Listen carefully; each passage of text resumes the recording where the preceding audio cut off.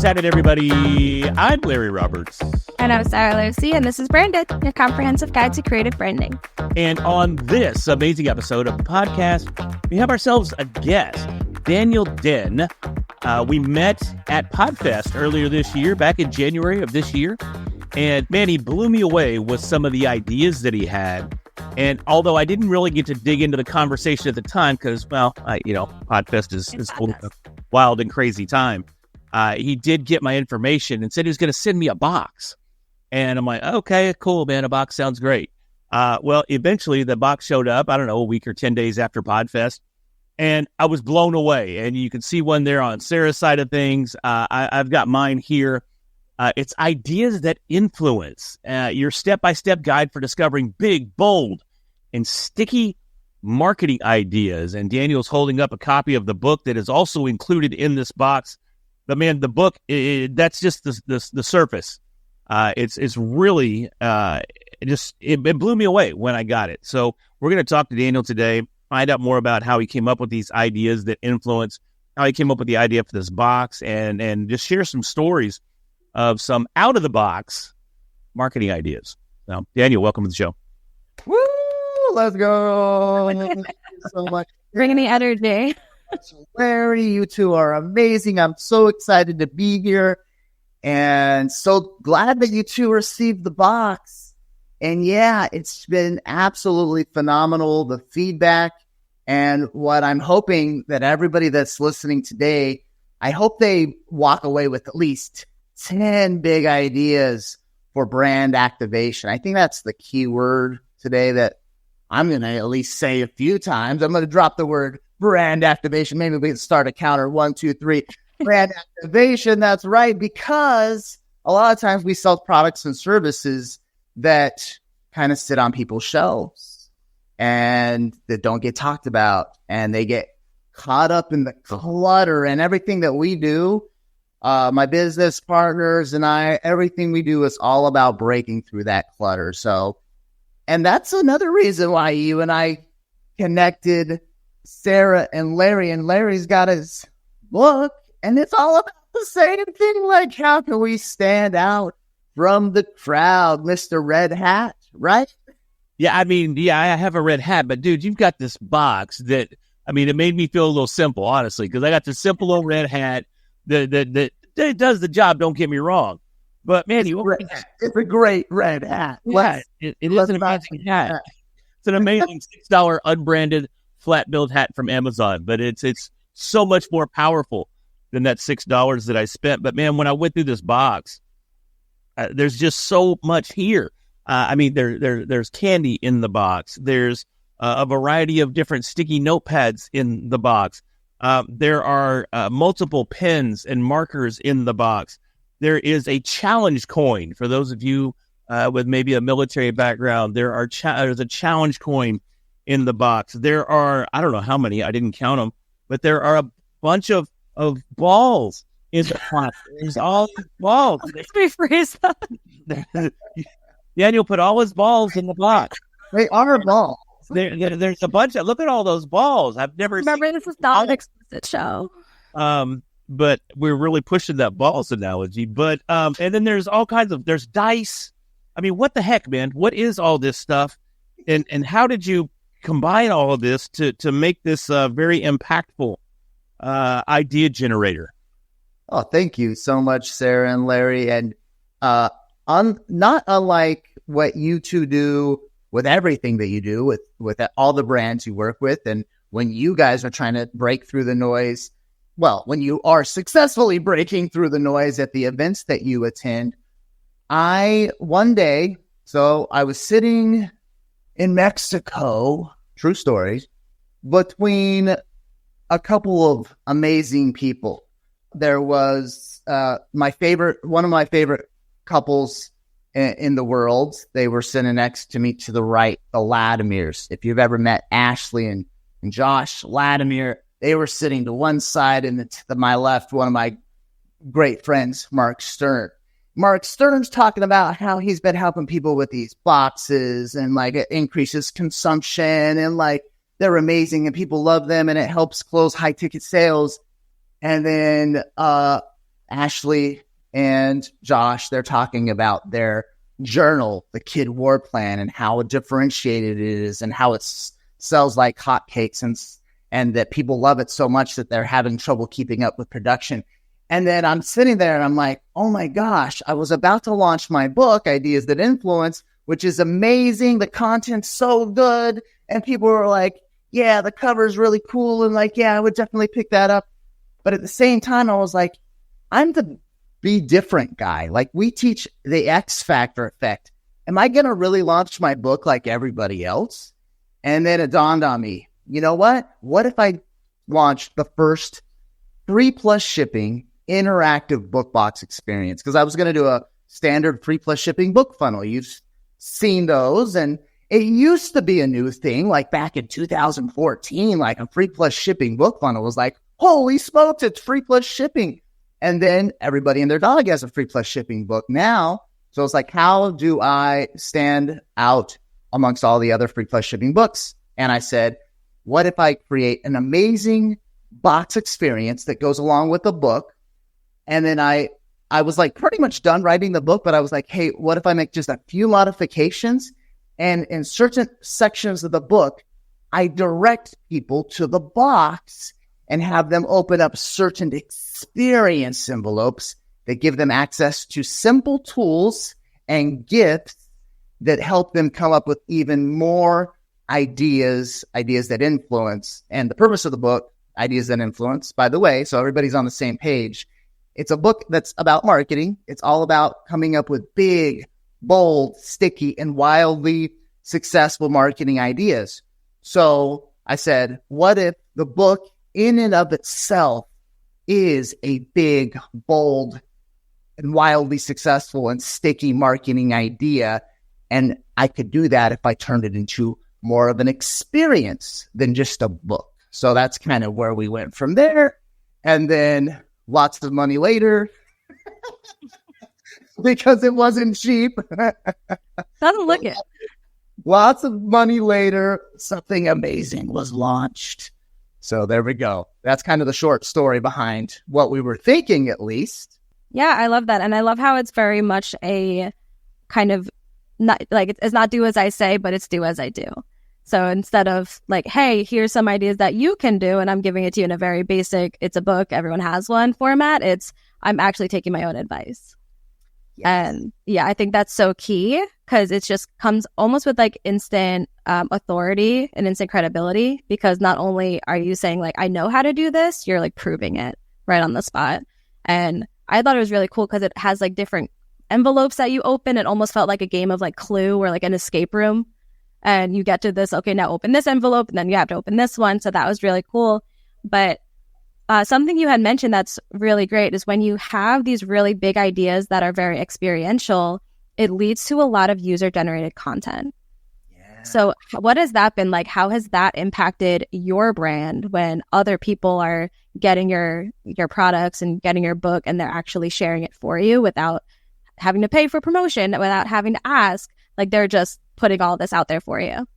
Yeah, Sarah, that was like the big sigh of relief that came out at the end of this very expensive experiment was 1 out of every 3 of the buyers, not like people that I just like was like, hey, like, I'm going to send one to my mother-in-law. Like, no, like the people that actually bought, 1 out of every 3 of them, without me asking, started to post about the box on social media in some way, shape, or form. That was unboxing videos, that was stories, that was comments, that was pictures, all of it, and testimonials as well. And I'm like, this is incredible. Like, when do you have a product or service where you can get, without people asking about it, 1 out of every 3 people talking about your product or service on social media? And I was like, this is like a dream come true. This is like, absolutely, this is good. This is good, right? And so then I started to break it down, because I was sitting down with Mark Stern and I was like, what did we do right? Like, how can we help people on the Branded podcast and in like at events and like understand that when they add these experiential aspects to their products and services, it boosts the brand, boosts consumption, and it's a massive way to welcome people into your world and have them love you, because people want to do business with people they know, like, and trust, but they also want to do business with people that make them feel something, right? Mm-hmm. So what we kind of did was we kind of broke it down and we're like, oh, here are the things that we think that we did right. And what I kind of wanted to do, Sarah and Larry, was kind of like walk through these steps. There's things that I think we did right and we're partially right, but then Sarah and Larry, I think you two also have like different ideas and insights from all the brands that you've worked with like, oh, here's additional things that people can like grasp from this concept that they can apply into their own brands for their own brand activation. Was that the 6th time I said brand activation? Well, yeah, but you're doing a great job. You say it as almost as much as we say authenticity and consistency on the show. There we go. Authenticity and consistency. We say that so many times. Yeah. I think that's great. Like let's dig into like some of those things that anyone can do for that brand activation. 100%, Sarah. Thank you. Yeah. And I don't want to scare anybody, because when I say it's expensive, it was expensive for us. Like for other people, they may be like, no, like that's like totally reasonable, 100%. But yeah, let's jump into some of the ways where you can get that brand activation. Number 8, there we go. Going inside of your business. The first thing that we noticed was we were following the concept that we teach, the X Factor effect. And the X Factor effect that we teach our customers, our clients, it's all about being different in a way that your customers love. And there's an easy way to fail at this. So for example, like let's say I sell ice cream. All right. Everybody loves ice cream. Okay. Everybody loves ice cream. Let's say, I need to do something different that will sell like crazy. And I'm like, let's put spaghetti on top of ice cream. Whoa. And Elf is on board. Elf's on board. There you go. That's a good point. So, but for the most part, spaghetti on ice cream, it's like, is that like different in a way that your customers are going to love? Like, probably not. Like, if you asked a few people, would you even try this? Most of the time, you're going to be like, no, that's too different. It's not different in the right way. So we aim for things that are different in a way that your customers love. One of the best examples of this classic example, if you want to see the absolute best pitch of all time, 2009, when Steve Jobs introduced the first iPhone, I consider that the best sales pitch of all time. It was different in all the ways people wanted. He walked through all the logic behind how it's the 3-in-1, and it's got this and it's got that, and it's touchscreen, and we got rid of the buttons, and it was just incredible. And it was a sales pitch that ultimately sold hundreds of billions of dollars of product. So I consider that the best sales pitch of all time. And I included that in my book as one of like the best of all time as well. It was. It didn't just launch the iPhone. It launched like the brand. I think it was like almost like a rebirth of Apple just from that. I included it in my book. Did you? Oh, well, now I feel like I missed out because I don't think I included that pitch. But we can all agree it's like pretty much the best pitch of all time. Yes. It was different. And was it a roll of the dice?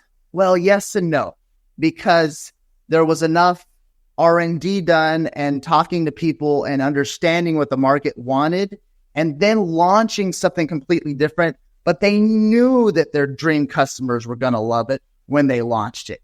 They knew like people are going to want this, like without a doubt. And here's all the reasons why. And we talked to all these people, and then we did all this R&D, and then we invested in this, and then we bought this technology, and people are going to absolutely love it because they love X, Y, and Z already. And yeah, there was a bajillion reasons. And then compare that to spaghetti on top of ice cream, and it's night and day the difference. So the trick is be different in a way that your customers love. And I read a lot of business books. So when it comes to the box, I'm like, if I have a business book and then I have an experience tied to it in some way, I already love reading business books, but I also love a great experience. So if that great experience can help me consume the book in a more enjoyable way, then obviously it's going to increase consumption, and we were right. So that was one of the big things that we kind of uncovered. Yeah, well, let me just clarify. So you're telling me that if I read the book, it's going to walk me through all of the fun stuff in the box. Yeah, you already opened up all the envelopes, so for you, it's probably doesn't work. I didn't. I did speak because after our conversation a couple of weeks ago, I was like, well, I got to see what all this is about. So what you're telling me is that you created this book, and again, reading the book takes you through all of the different components that are in the box as well. So it's not just sitting here reading a book, it's experiencing the book and experiencing the branding and the brand activation that occurs while reading the book. Is that it? Yeah. It almost makes me think of like the Choose Your Own Adventure books back in like middle school. I don't know if I'm the only one who read those. I love them. I'd go to the library and check out every one that was on the shelf, man. And then I would cheat. I would be like, no. Go back, pick a new adventure. I'm going back to page 34. That is not how I wanted this to end. Yeah, exactly. No, that's really cool. I mean, we've talked about this in terms of the like events that we do, and when we're having like expo hall tables and booths at events, you have to do something that is A, experiential, and B, really connected to the audience. And that has been amazing with, like we talked about before, that user-generated content. We had an event that was very much like an older woman crowd. So we had a friendship bracelet making station, and everyone was posting their bracelets that they, we are about branding and your brand. So we let you put your own brand on a bracelet. So then they're posting pictures of the bracelets that they made and tagging us. So we got that content, and they just loved it so much. And then with Podfest, we did the photo booth, and our logo is on the photos. And so many people, that was the only picture they had of themselves from the whole event. Wow. So when they want to post about Podfest, they posted the photo that we took for them in our photo booth that has our logo on it. So for like weeks after Podfest, we're seeing our logo showing up everywhere on social, because we've really put that thought into what is this audience gonna really enjoy, and then how can we have an aspect of it that goes beyond just that like one interaction. And by we mean Sarah, because I hated all these ideas. Yes. All of these great ideas. And they're amazing ideas. But at the same time, I was stuck in that old school mentality of really just putting our brand out there and try to make it look as professional as possible. Yeah. And that is a very dated concept, but I'm also a very dated dude. So it worked out that way. But over the last year, I have seen the impact of experiential branding. And it makes all the difference in the world. Like Sarah said, man, we were at that one conference doing bracelets. I'm like, this is the dumbest thing I've ever heard. You didn't even want to be seen at the booth. No, I didn't even want to. It was like hiding. No, I did not want to be. But I'm telling you, because people were able to get there and go through an experience and build something of their own and brand something of their own and make them not just for themselves, but for their kids and their grandkids. And then Sarah took it to the next level, and every other vendor that was in the house, she went through and got the name of each vendor, and she made a custom bracelet for every vendor in the house and went booth to booth and gave the vendors their bracelets, and they are buying. They bag you with their business card. It was a business move. Yeah, 100%. It wasn't just being friendly. She was being friendly, but that wasn't the only. It's like it was strategically friendly. Yeah, and it was just mind blowing, and that was a lesson for me in creating these experiences. And I'll tell you, somebody else that does it extremely well is Mopod. And I don't know if you got with the Mopod guys at Podfest, but they had a very experiential, man, that's a big word that I've used multiple times here, booth at Podfest as well, where they had like a beach scenario set up. And they have been handing out very expensive liquor as well, which was not was against the rules, but they created an experience for everybody. And guess what? they put butts in seats, and they got people in their booths, and they sold their product by creating a memorable experience for everybody that came by there. And that's exactly what your box does. And even if you do cheat the way I cheated, it's still, I mean, it's still just awesome. I mean, I just love every aspect of it. And I'll never forget, sending this box to the house and then opening it up and seeing how amazing it really is, because it created something. I mean, I spent, even though cheating, I probably spent 30 minutes going through each envelope and, reading everything that's in the envelopes and then trying to figure out why all those balls were in there. Maybe he was texting me like, wait, there's bouncy balls. Yeah, there's a bunch of bouncy balls. But maybe if I'd read the book and while I went through this, I'd understand the application of said balls. I thought they're supposed to lie until we read it.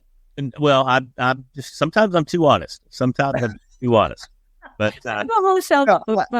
Yeah, I'm still waiting. Somebody randomly sends you a book. Sometimes it gets read, but what's a low chance? But what I found is the box is so experiential to the people on my Dream 100 where I've sent the box to. I'm getting a lot of them coming back to me and saying, wow, like this was incredible. And like, I just finished reading the book. Like I had to read the book because all this really cool stuff.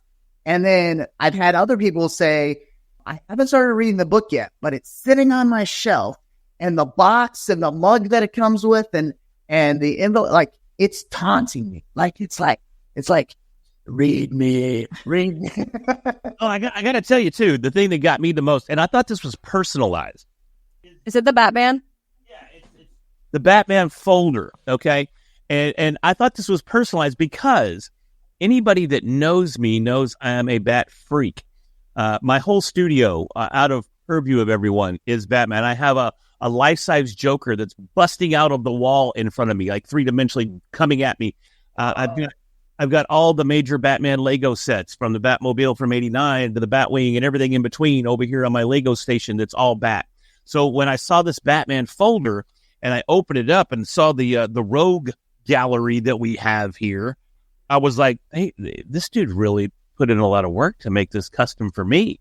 But then Sarah kind of rained on my parade a little bit. Goes, no, I got the Batman folder too. I was like, oh, yeah. But it was. Now you know how it feels when you say better now that I'm talking to you. When you say that to me, knowing that you say to everyone you ever speak to. So see, you know how it feels. I got you. How it feels. Yeah, I mean, we're talking about the box, but there's all these other little goodies that are in here too. And Daniel, you mentioned the mug. I got to ask though. You say that it was a very expensive experiment later. I mean, most folks don't have the budget to do this. I mean, this box. I look at it and I mean, I don't know, and I'm not asking you to divulge the cost of the box, but I know it's got to be up there per box. And most of the folks that listen to Brandon probably don't have the budget to do something this extensive. What is something that you think that how can people come up with ideas that they can afford that would be just as experiential and just as impactful? Yeah, I think you said you wanted them to walk away with 10 things. So like, let's make a list. Yeah, let's just give them one.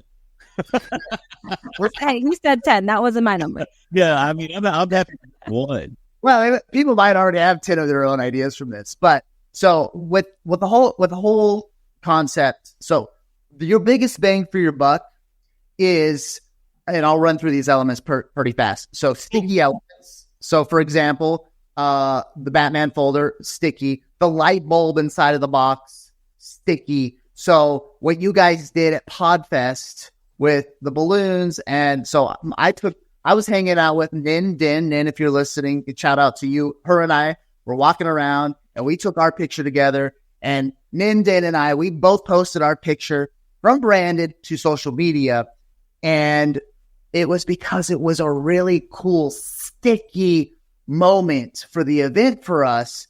Because literally, because we printed them on sticker paper. That and then the balloons, like we had them perfectly flying through the air, and we had our cool glasses on with the cool branded background. It was one of the most sticky things that happened, meaning it stuck in our minds. Like I still, like in my mind, I'm visualizing the photo that was taken at your booth. Sure. Because and I posted it on social media. Like I can still visually see what what it looked like. Sticky. So can you have sticky elements that are low cost? What Brandon did at PodFest and at other events with their photo booth, it's very sticky and low cost. So low cost that when I tried to take the glasses from Sarah and walk off with them, Sarah says, "No, those are our glasses." Hey, bro, we're on a budget. Okay. But also, within the first 5 minutes of us opening the booth, someone stole our workbook because we have our DIY podcast launch workbook. And it's a $20 book. And we had one on the table because we couldn't get them printed in time to take them with us. So we just had one on the table as an example, and then a QR code to scan to buy it. And within 5 minutes, it was gone. So it was a little PTSD response of stop taking my stuff. But hopefully somebody worked through the workbook and launched an amazing podcast. Whoever stole it, we want credit. Yeah. Yeah. You better sign up and get branded services if whoever's Or just Venmo us $20, That would work too. Yeah. So the thing here is, how can you have sticky elements with whatever you're doing that's low cost? There are ways to do it. Stand out. What are the low cost ways? Intrigue, right? So there's a secret envelope inside of the box. Now, in that secret envelope, it was a little bit pricey what we did in the secret envelope because we kind of overdid it. But if you have a secret envelope, it creates intrigue and it's part of the experience. And even if it's just a QR code to a video that they watch when they open the envelope, that's low cost, right? Or maybe you have something lumpy in there that's low cost, little maybe Mold. Plastic. Yeah, whatever it is. So how can you create intrigue? How can you turn it into a gift? One of I think the biggest things that we did for ourselves with this is we were okay, people buy marketing books for themselves and people love buying gifts for themselves. So how can we turn this whole box experience into a gift people buy for themselves? You're already buying marketing books all day, every day. So buy this one also. And it's a box with a bunch of surprises. So how can you turn whatever your product or service is, or a version of your product or service, into something that's kind of like a gift, right? And add that little dopamine hit. Exactly. Because there's Dan Kennedy talks about it. The simple fact that it's a box. If you have something in a box, it's a dopamine hit, because we are conditioned as children on Christmas Day to open up boxes and presents. And so anything that's just in a box, opening a box is a dopamine hit. And that's why unboxing videos sometimes get millions of views, because you watching an unboxing video is also a dopamine hit. And so how can you turn it into a box / gift / have that intrigue, have those experiential elements, but you're not saying that everything that's in the box. You're keeping some intrigue in there. There's surprises in there, because it is an experiential gift that people are buying for themselves. Yeah. I recall a really popular video from SNL. It was something in a box, but it really gave an extreme dopamine hit when people saw what was in the box. Yeah. And not an explicit show. Yeah. What? And then, I don't recall what it was in the box, but it was some. I don't know. Oh, it's the old person memory. It's fine. The youngins remember. Yeah. What was that? Yeah, I don't something. Was that Justin Timberlake? It was Justin Timberlake making a comeback. Sync is back. How Backstreet was just back, and Sync is back. So Backstreet's back. All right. All right. Well, Daniel, man. This episode is getting off the rails. Man, tell us where people can find more information about you, find more information about your book and the box and all that fun stuff. Yeah, 100%. I feel like I would do you a disservice, you as a listener, to not help you understand the big picture. So big picture is pretty simple. And if you ever are thinking about doing something like this, reach out to me, reach out to Mark Stern. That's not my business, but I can tell you what we did. And our cost was $45 a box. And the way this works is pretty simple. So we blow people's minds on the front end. We have a brand experience. And then if we can get 1 or 2 people out of every 100 to join a mentoring program or a mastermind program, then the whole funnel works because you have something on the back end that funds your front end loss. Mm-hmm. This is a loss leader. This is, the 2-for-1 special that brought people into the door. So you have to spend money to make money. Yeah, exactly. And so when it comes to logic, it's, hey, lots of people save their best stuff for last. And usually when you flip that with your marketing funnels and inside of your brands and you put your best stuff on the front end and blow people's minds, then they want to stick around because you've impressed the heck out of them. Because if you want to see what we did with everything, if you want some big ideas, if you want to experience ideas that influence for yourself, which is going to give you tons of big ideas for your brand so that you can work with Sarah and Larry and help explode your brand even more, then if you go to bigideasbox.com, then it's free. I give away the box for free. It's free plus shipping. You just pay shipping and handling. And I send out the whole box experience to you for free. And that's our big, bold, wildly crazy, and cross our fingers, wildly successful idea for what we did with our book, Ideas That Influence. Well, man, again, I'm still blown away by this whole thing, and I really appreciate you coming on and talking to us about it and kind of laying the foundation of how other folks can find big ideas for themselves, even if you're on a budget. So I think that's been really, really good. I love it. Again, I wish I hadn't spoiled it. I wish I could go and read the book and work through it, but I can too. I haven't had time. Of course, Sarah. Now it's too late. Now, you can't read the book now. You spoiled the Fine, I guess I won't. But anyways, Daniel, we appreciate it, man. Thank you so much for joining us today. Hey, everybody, if you found some value in this episode, do us a favor. Go ahead and hit that subscribe button so we can continue to bring you these experiential episodes of the brand acquisition. On this time. I think that was 11. I think that was 11. So let's just make it an even dozen. Hopefully this will help you activate your brand with a little brand activation. So that was super redundant. But anyway, with that, I'm Larry Roberts. And I'm Sarah Lucy. We'll talk to you next week.